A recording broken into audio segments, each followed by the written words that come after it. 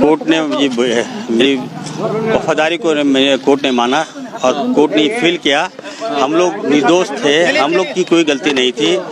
हमारे पास जो कैश था ये कैश साड़ी खरीदने का था, फुटबॉल खरीदने का था। आदिवासी 9 अगस्त को हम लोग आदिवासी दिवस मनाते हैं धूमधाम से, तो हम लोग उसी के लिए पैसा लेके आए थे। एक जगह गलती यही हुआ कि हम लोग एक जगह पैसा रख दिए। तीनों विधायकों का पैसा था। मेरा यदि 16 लाख रुपया था तो विक्सल का 18 लाख रुपया था, 19 लाख रुपया था। ये मिला के करीब 49 लाख रुपया था। और इसको इस तरह से कम मैं ममता दीदी को कहूँगा कि हम एक कांग्रेस के वफादार सिपाही हैं। कांग्रेस मेरा रग रग में है। हम अल्पसंख्यक कमेटी हज कमेटी के चेयरमैन हैं।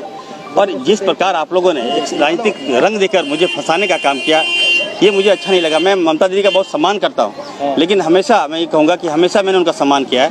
हमको पॉलिटिकल लाभ लेने के लिए हमें फंसा दिया गया। तो बिल्कुल राजनीतिक संयंत्र है। और अब मैं जा रहा हूँ। देखिए असम में किया, असम का लिंक बताया जा रहा है। देखिए मेरी बीजेपी से कोई लिंक नहीं है। एक मैं इरफान अंसारी, मैं अल्पसंख्यक हूँ, हज कमेटी का चेयरमैन हूँ, 2 बार का विधायक हूँ। मेरे पिताजी लंबा समय से राजनीति किए, 30 साल एमएलए रहे, एमपी रहे, मंत्री रहे। मैं उनका बेटा, मैं बहुत स्ट्रगल किया हूँ। हमारे साथ विक्सल कोंगाड़ी जो है वो क्रिश्चियन समाज का पादरी है वो, और राजेश कश्यप आदिवासी समाज का नेता है।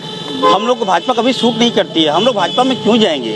लेकिन मैं ये कहना चाहता हूँ कि जिस तरह से हम लोगों को फंसाया गया है, हम लोग आला कमान को हम लोग जवाब देंगे। एक कांग्रेस एमएलए कंप्लेन किया कि आप बीजेपी से गवर्नमेंट गिराने के लिए 3 आर नहीं करती है।